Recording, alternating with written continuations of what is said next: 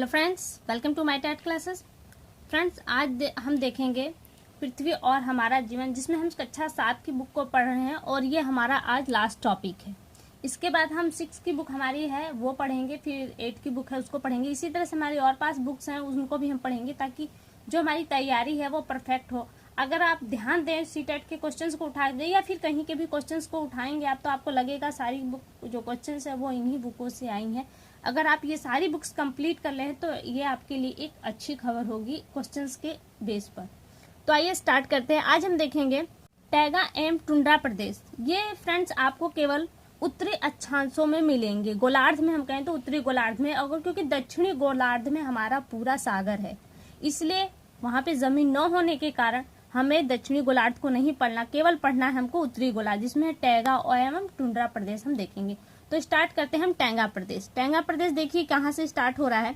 यह प्रदेश उत्तरी गोलार्ध में 50 अंश उत्तरी अक्षांश से 65 अंश उत्तरी अक्षांश के मध्य में है।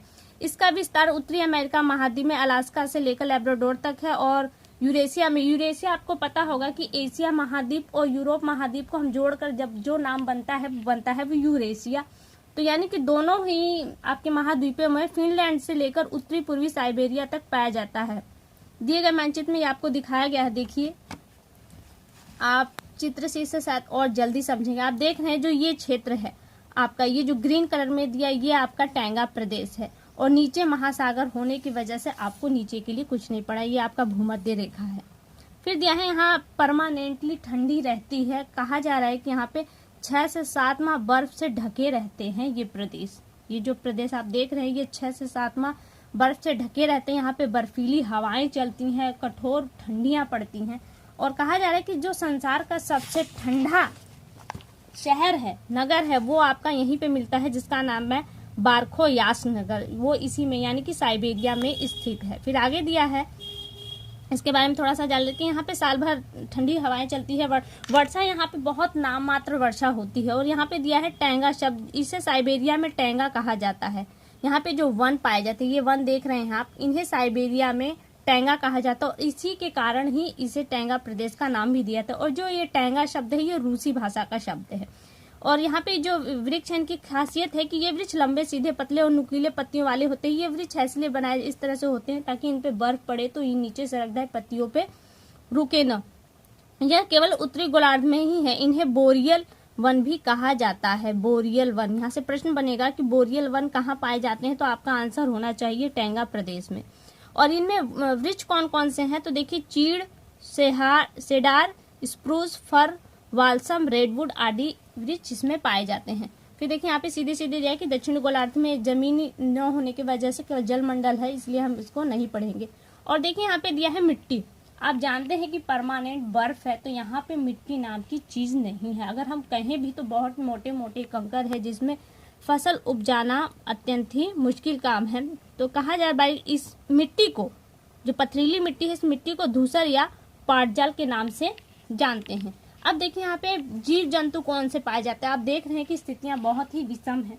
बहुत ज्यादा ठंड पड़ने की वजह से यहाँ पे बहुत कम जीव जंतु पाए जाते हैं। कौन कौन से जीव जंतु पाए जाते हैं, तो देखिए यहाँ पे जो आपके जीव जंतु पाए जाते हैं वो है आपके, इन्हें जो जीव जंतु पाए जाते हैं वो बहुत ज्यादा मोटी चमड़ी के होते हैं, या फिर इन पे बाल की बहुत लंबी लंबी तहें होती हैं, ताकि इन्हें वो ठंडी से बचा सके।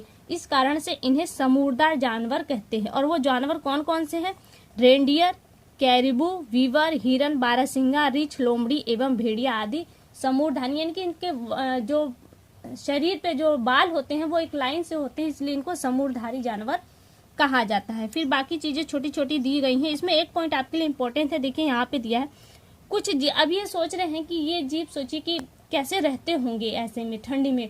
और जब गर्मियों का सीजन है तब तो कुछ ठीक है, लेकिन जब वहां के हिसाब से भी वहां पे ठंडी आ जाए तो क्या होता होगा। तो देख, कुछ जीव यहाँ पर जब शीत ऋतु आती है तो वो शीत निद्रा में चले जाते हैं। भूमि के नीचे वो निष्क्रिय सोए रहते हैं, उनकी बहुत लंबी निद्रा होती है। फॉर एग्जाम्पल में आपके क्षेत्र में आप खुद देखिए, सांप, छिपकली और मेढक।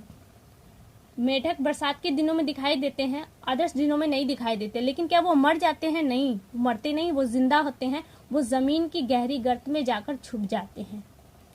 छिपकली आपके घरों में गर्मियों में आप छिपकली देखते होंगे, लेकिन जाड़े के जो दिनों में वो छिपकलियां नहीं दिखाई देती। क्यों? क्योंकि छिपकली भी शीत निद्रा में चली जाती है।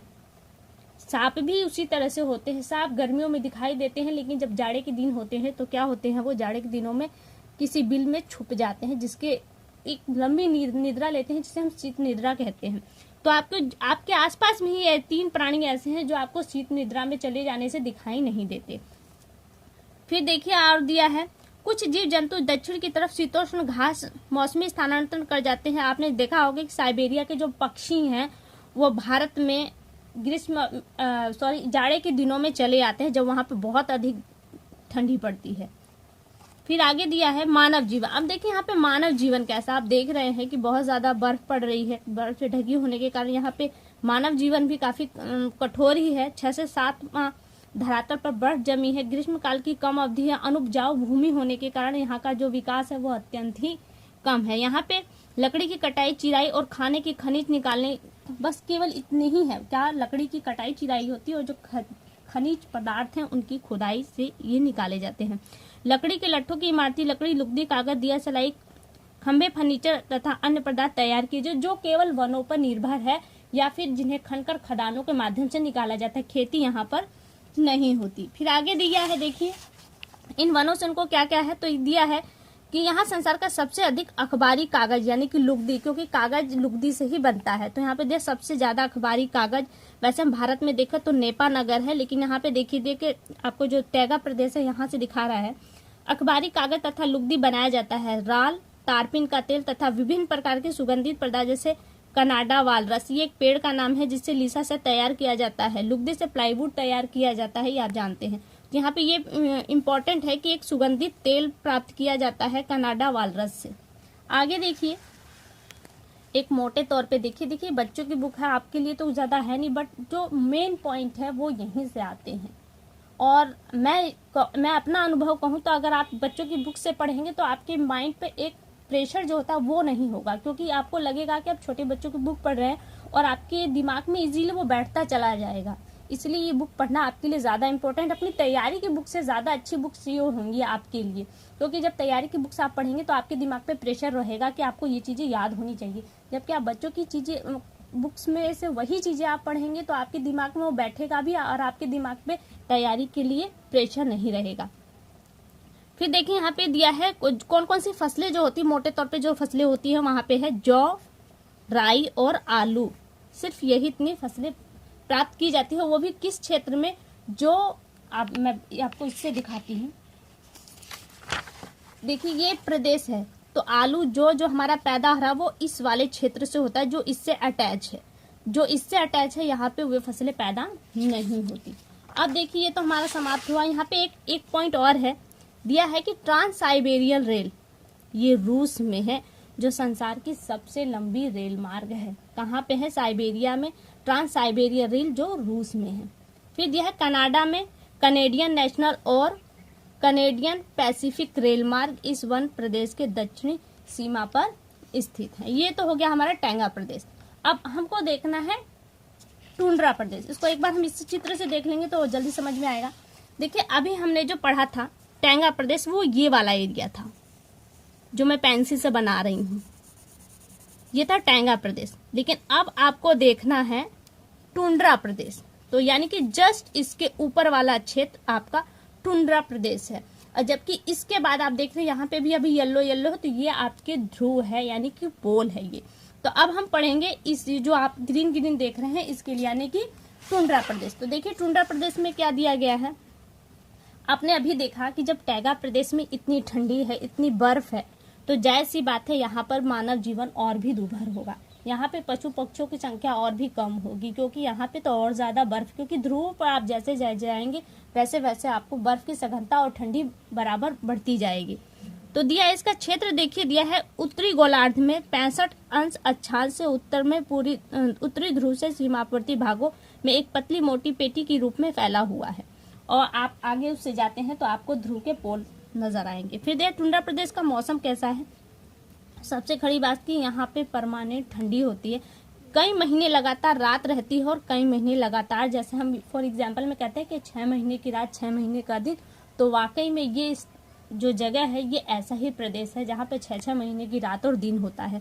फिर दिया है यहाँ 3 महीने नवंबर, दिसंबर व जनवरी में सूर्य दिखता ही नहीं है। यानी कि कौन से महीने हैं आपके, देखिए नवंबर दिसंबर, 3 महीने नवंबर दिसंबर और जनवरी, यानी कि जो हमारे हिसाब से जो ठंडी, सबसे कड़े ठंडी के दिन होते हैं वहाँ पे सूरज दिखाई ही नहीं देता।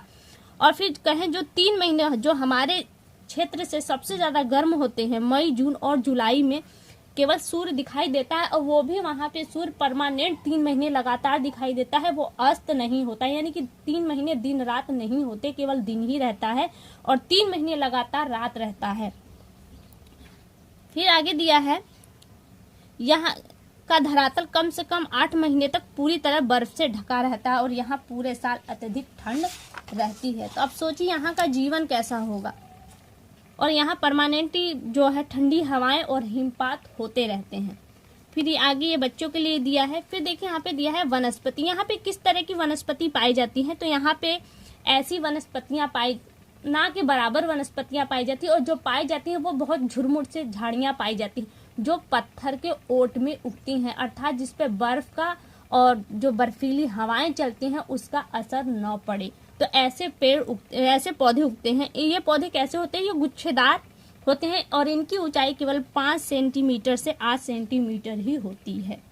फिर दिया है झाड़ियां, प्रायः वही दिया है कि कहाँ हो, और इन झाड़ुओं को आर्कटिक विलो कहा जाता है। यानी इन झाड़ियों का जो नाम है वो है आर्कटिक विलो। आपसे प्रश्न यहाँ बन सकता है कि आर्कटिक विलो क्या है, तो टुंड्रा प्रदेश में पाई जाने वाली झाड़ियों को हम कहते हैं आर्कटिक विलो। आगे देखिए दिया है गर्मी में बर्फ पिघलने पर, जब गर्मी का मौसम आता है तो यहाँ पे बर्फ पिघलती है, तो थोड़ी बहुत पत्थरों पे लाइकेन, काई, वर्च एवं एल्डर के छोटे छोटे पौधे उगते हैं जो रेंडियर पशु का मुख्य भोजन है। और रेंडियर यहाँ का शीत प्रदेश का सबसे मुख्य पशु है और सबसे बड़ा पशु है। अब यहाँ पे जीव जंतु कौन कौन से पाए जाते हैं, देखिए यहाँ पे दिया रेंडियर, ध्रुवीय भालू, आर्कटिक लोमड़ी, मस्क, वैल, कैरबू, भेड़िया, लैमिंग आदि जीव जंतु पाए जाते हैं। ये इतनी ठंड कैसे में जीवित रहते हैं, तो ये ठंड में जीवित रहने का इनका सबसे बड़ा रीजन है कि इनकी चमड़ी इतनी मोटी होती है कि ठंडी अंदर प्रवेश नहीं कर पाती। और पशुओं के शरीर पे इतने बाल, घने बाल होते हैं, बड़े बाल होते हैं कि ठंडी वहां पर भी इंटर नहीं कर पाती उनके शरीर में। और इनके पैरों की बनावट इतनी अजीब होती है कि बर्फ में धंसने के बावजूद भी ये ठंडे नहीं पड़ते, जिसके कारण से ये पशु यहाँ पाए जाते हैं।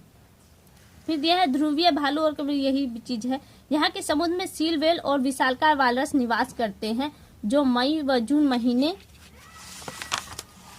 में स्थल पर आ जाते हैं, क्योंकि जब गर्मियों का सीजन होता है तो ये बाहर निकलते हैं, अन्यथा शीत निद्रा में चले जाते हैं।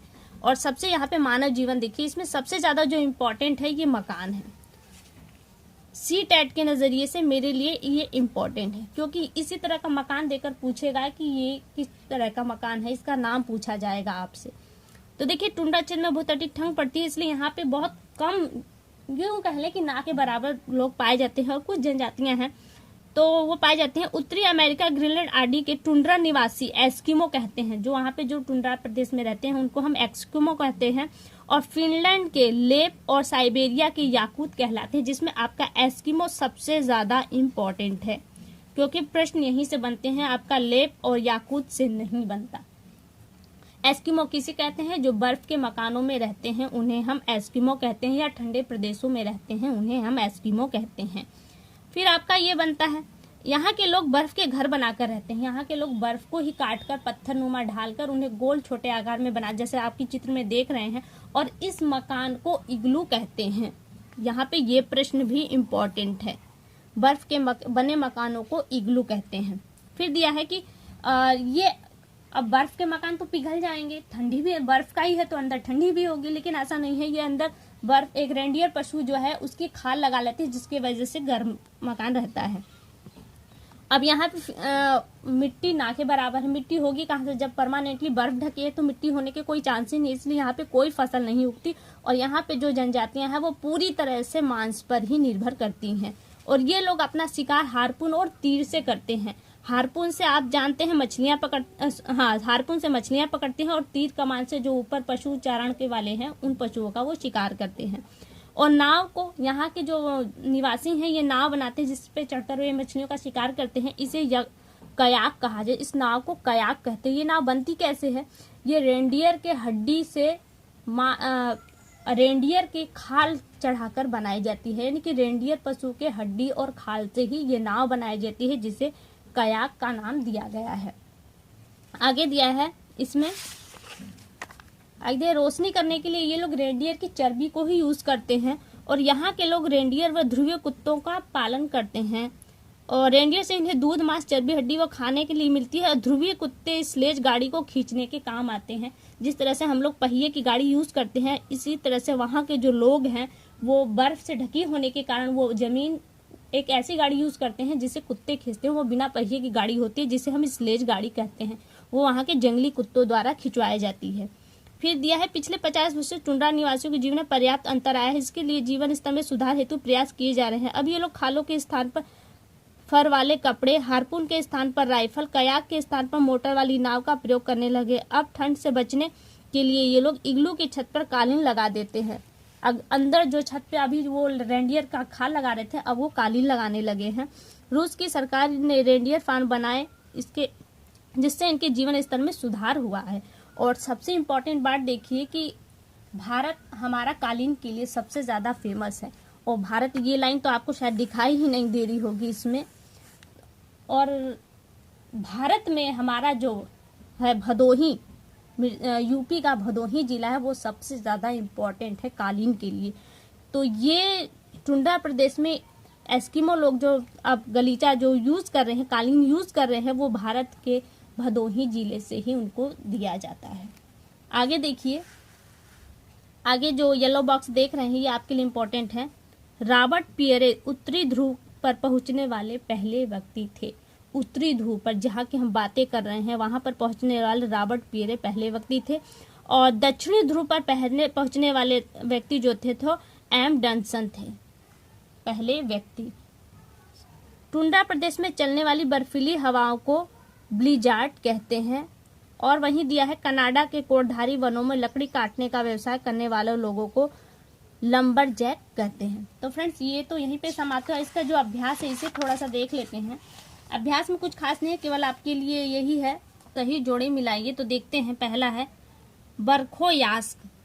बरखोयास्क क्या है? तो ये एक सबसे ठंडा, संसार का सबसे ठंडा प्रदेश है, शहर है, सबसे ठंडा स्थान है। फिर दिया है कनाडा वालरस। कनाडा वालरस एक वृक्ष है जिससे सुगंधित पदार्थ बनाए जाते हैं, तो ये है सुगंधित पदार्थ।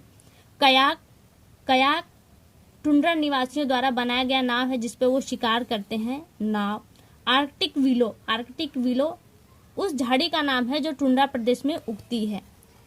उत्तरी ध्रुव की खोज रॉबर्ट पियरी ने की थी, और दक्षिणी ध्रुव की खोज जो की थी एंडरसन ने की थी। ये इसका मिलान हो गया। फिर रिक्त स्थान है, देख लेते हैं, इसे भी रिक्त स्थान में दिया है। शीतकाल में के पक्षी भारत के मैदान में प्रवास करते हैं, तो शीतकाल में साइबेरिया पक्षी भारत में प्रवास के लिए आती हैं। साइबेरिया, बेरिया के पक्षी। वोरियल वन केवल कहाँ पाए जाते हैं? वो आपका है टैंगा प्रदेश में ही केवल वोरियल वन पाए जाते हैं। फिर दिया है काई, लाइकेन और बर्फ। टैंगा प्रदेश में जब थोड़ी बर्फ पिघलती है तो पत्थरों पर ये उगते हैं, तो ये कहाँ पाए जाते हैं? आपके टुंड्रा प्रदेश में। फिर दिया है टैगा प्रदेश में वन पाए जाते, जो टैगा प्रदेश में जो वन पाए जाते हैं उन्हें क्या कहा जाता है? तो उसे कहा जाता है वोरियल। फिर दिया है फिनलैंड के टुंड्रा निवासियों को, जो फिनलैंड है वहां के टुंड्रा जो निवासी है उन्हें क्या कहा जाता है? उन्हें लैप कहा जाता है, अभी हमने पढ़ा था पीछे।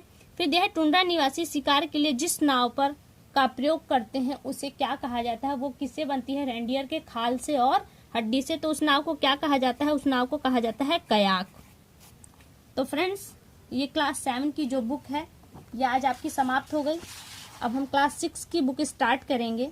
तो फ्रेंड्स, आज के लिए अभी इतना ही। अगली वीडियो में आपसे बहुत जल्द मुलाकात होगी, तब तक के लिए नमस्कार।